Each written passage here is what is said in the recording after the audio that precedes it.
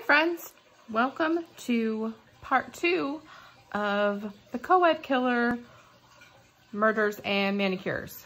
So you may be confused because it looks like my nails are already done. However, this set right here is a little on the sheer side, so I did white to make this color pop a little bit better. So I'm going to get on with it, and we are going to finish talking about Edmund Kemper. When we left off, well, I'll just recap.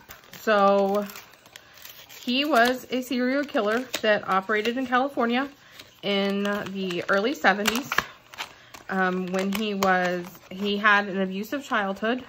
He lived with primarily with his mother and 2 sisters. His mother was alcoholic and abusive, and that's the kind of life he had growing up. So when his parents were divorced when he was a small child. I said in part 1 that it may have been when he was 9. He may have actually been younger than that. I'm not really sure. I didn't go back and look. But anyway, so he was a small child. There were reports that before his parents were divorced, he was close with his father. And then as a young teenager, like I said before, he was sent to live with his father. And then he was later sent to live with paternal grandparents. And then he murdered his grandmother when he was 15. And then when she came home, when his grandfather came home, he killed him too. And then he was sent to the state hospital for the criminally insane and released when he was 21. So that is where our story picks up. Let's see. So I said before that he had gotten a job with the State Highway Department, which was later renamed the California Department of Transportation. Before that, he had worked odd jobs, and he had started picking up hitchhikers. Now, he was a rational person and knew that even though he had murderous fantasies and violent sexual fantasies and things, that there are some people he probably should not kill. There were reports at one point that he had picked up a lady and her son and noticed that their companion wrote down their license plate as he was driving off. So he did not kill them. He just took them to where they needed to go and called it a day. However, other people weren't quite as lucky.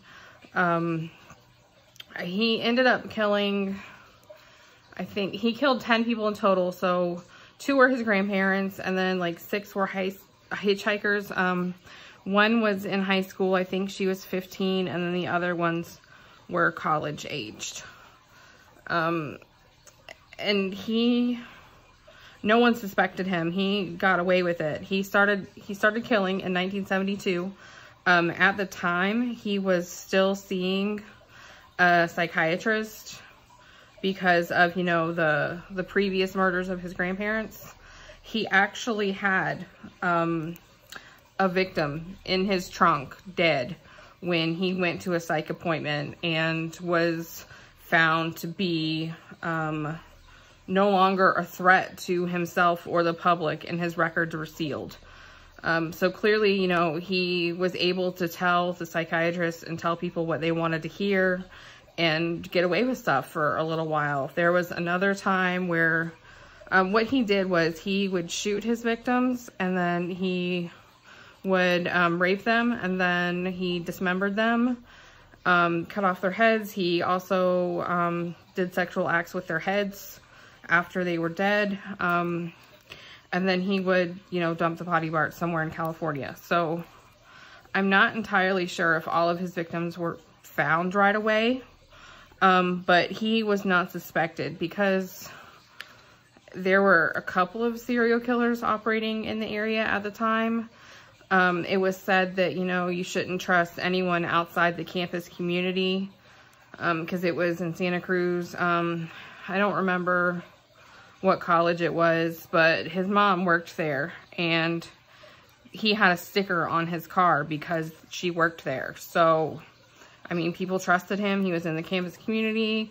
Like I said before, he hung out with cops in bars and, you know, got to know them. And he just found it thrilling to be able to, you know, get away with stuff. There was one time he went through a checkpoint on campus, actually had 2 victims dying from gunshot wounds in his car, wrapped up in blankets. One was in the back seat and one was in the front seat. And he told the guard at the checkpoint that they were drunk and he was going to take them home. And he took them back to his house and raped both of them. I think that they were actually dead when he did that. So, you know, he did things like that. There was another time that he had a tail light out and was pulled over, and, you know, he acted normal with the cop and everything, and he had a body in his trunk at the time, but he was let go because he wasn't acting suspicious. He was just like, yeah, I'll fix the tail light. The officer never looked in the trunk. He didn't feel like he had a reason to. And yeah, Ed Kemper was let go. So, like I said, the killings started in 1972. And he killed a couple of people in pairs. He, you know, would pick up like 2 hitchhikers, and then he did that like another time, I think. So he wasn't killing super duper often, but it did escalate at some point in early 1973, and it was Easter weekend. He got into an argument with his mom. I guess she came home late from somewhere and woke him up. And then the next morning, he killed her with a hammer to the head. He cut off her head, used it as dart practice, did sexual acts with her head, ended up cutting out her tongue and larynx, put it in the garbage disposal, but the garbage disposal spit it back out, and he was like, yeah, that's fitting for as much as bitching and yelling as she's done at me my whole life.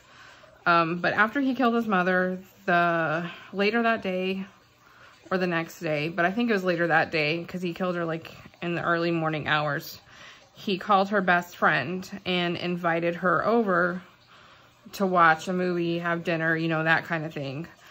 And so when the best friend got there, he killed her too.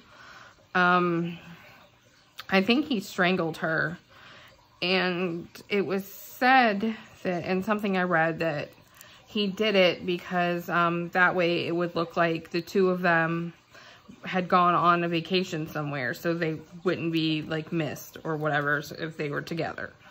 But anyway, so after he killed the best friend, his mom's best friend, he got in a car and started driving, and he thought that he would be the subject of a manhunt. He listened to the radio, he was armed in the car, but he finally pulled over. He made it as far as like Colorado. I think that was over 1,000 miles away from where he was from, or where he was living. And he made it to Colorado, and he called the police in Santa Cruz and was like, hey, I'm the killer. And they're like, yeah, right, this is a joke. They didn't believe that their friend, Big Ed, had killed, you know, all these people. But he called back, talked to somebody else, was finally believed. Local Colorado police came and arrested him. And then there was a trial. But with his confession, the lawyer really had no other option other than to plead the insanity defense. In California, they use the McNaughton rule, and that is where it states that at the time of the committing of the act, the party accused must be laboring under such a defect of reason from disease of the mind, as to not know the nature and quality of the act he was doing, or if he did know, that he did not know what he was doing was wrong. The jury was like, yeah, no, he's totally sane. So he was convicted of 8 counts of first-degree murder, because remember that he killed 10 people total, but the first 2 were his grandparents, so they were not a part of this trial. There was his mother, her best friend, 5 college students, and 1 high school student. He asked for the death penalty. He actually asked for death by torture, but at the time of his trial and sentencing, California didn't have the death penalty. So he got life, quite a few life sentences. He has been up for parole. He has been denied parole.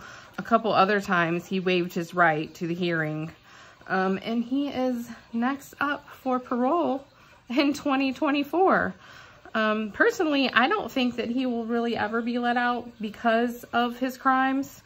And more about John Douglas, since John Douglas did interview him, he said that he did not find Ed Kemper to be cocky or remorseful. He was more analytical about his crimes, and that's because, well, he's had a while to think about it, and he had some kind of psychological training.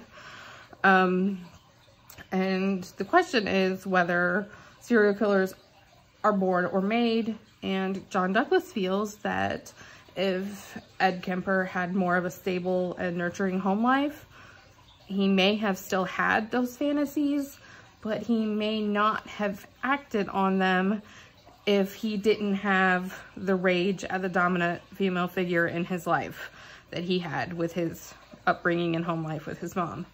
John Douglas also said that he liked Edmund Kemper, that he was friendly, open, and had a good sense of humor, which probably quite a few serial killers do. But I don't know. So that's all I can tell you about Edmund Kemper, the co-ed killer. I hope it was interesting, and my nails are done. Yay! So thanks for watching. See you next week. Bye!